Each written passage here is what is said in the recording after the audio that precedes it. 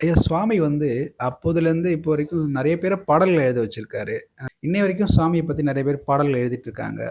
இந்த பாடல்கள் எழுதுறதுக்கு சுவாமி கொடுத்த முக்கியத்துவம் என்ன? சுவாமி வந்து ஒரு பாடல் விரும்பினே சொல்லலாம். அவர்ட்ட அவர் சபையில் வந்து எப்பயுமே பாடல்கள் இருக்கும். அதுவும் ஞானிகளுடைய பாடல்கள் எப்பயுமே ஒழிச்சிட்டு இருக்கும் அங்கே. அதுபோக நாமங்களும் அங்கே எப்பயுமே ஒழிச்சிக்கிட்டு இருக்கும். இது தவிர்த்து பக்தர்கள் சிலரை வந்து சாமி ஊக்குவிச்சாங்க. பாடல் எழுது எழுது, இந்த பிச்சைக்காரனை பற்றி எழுது எழுதுன்னு நிறைய பேர் ஊக்குவிச்சாங்க. இதில் பெரிய சமிச்சூரன் அவர் ஒரு 12 பாடல்கள் எழுதினார். அற்புதமான பாடல்கள். டாக்டர் டிபி மீனாட்சி சுந்தரனார் அவர் எழுதினார். அற்புதமான பாடல்கள். அவர் ஒரு 10, 15 பாடல்கள் எழுதினார். அதே மாதிரி கீவா ஜெகநாதன் நூற்றுக்கணக்கான பாடல்கள் எழுதினார். ஆயிரக்கணக்கான பாடல்கள், 1300 பாடல்கள் நம்ம எழுதியிருக்காரு கீவா ஜெகநாதன். இந்த மாதிரி நிறையா பார்சாரி எழுதியிருக்காப்புல பாடல்கள். சுவாமி ஒவ்வொரு தடையும் அவர் வரும்போதெல்லாம் கேட்பார், how you written any new song அப்படின்னு கேட்பார். புது பாட்டு ஏதாவது எழுதியிருக்கியான்னு.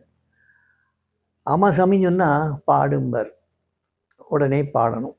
அந்த சில சமயங்களில் சில பாடல்கள்லாம் சாமி காலையிலேருந்து சாயங்காலம் வரைக்கும் திருப்பி திருப்பி பாட வச்சு அதுக்கு சாமி அவ்வளோ உற்சாகமாக டான்ஸ் ஆடி ரொம்ப நல்லாயிருக்கும். பார்க்குறதுக்கே அவ்வளோ சுவாரஸ்யமாக இருக்கும், நல்லாவும் இருக்கும். சுவாமி கடைசி காலங்களில் வந்து ஒரு ஃபைல் போட்டு வச்சுருந்தார். ஒவ்வொரு நாளும் ஒவ்வொருத்தருடைய பாடலை பாடணும்னு. அதில் கீவாஜா பாடல் இருக்கும், பெரிய சமிச்சூரன் பாடல்கள் இருக்கும், டாக்டர் டிபிஎம் பாடல்கள் இருக்கும், பார்சாரதி பாடல்கள் இருக்கும். இப்படி ஒவ்வொருத்தரும் பாடல்களுக்கும் தனித்தனி ஃபைல் போட்டு அது குறிப்பிட்ட பாடல்கள் மட்டும் எடுத்து ஃபைல் பண்ணி வச்சுருப்பாங்க. அதை வந்து சாமி சுற்றி உள்ளவங்க கையில் கொடுத்துருப்பாங்க. இன்றைக்கி யார் பாடல்னு அவங்க கேட்பாங்க, சாமி சொல்லுவார், அவங்க பாடல்களாக அன்றைக்கி பாடணும்.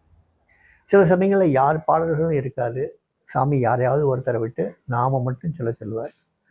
இன்னும் சில சமயங்களில் வந்து அங்கே உள்ள சில நல்ல பாட தெரிஞ்சவங்களை வந்து குறை ஒன்றும் இல்லை மறைமூர்த்தி கண்ணான்னு சக்கரவர்த்தி ராஜகோபாலாச்சாரியார் எழுதின பாடலை பாட சொல்லுவார்.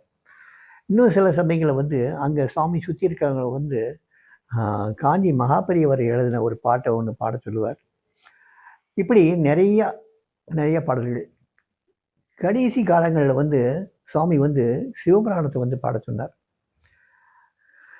தினப்படி பாட சொன்னார். தினப்படி அதுவும் திரும்ப திரும்ப பாட சொன்னார்.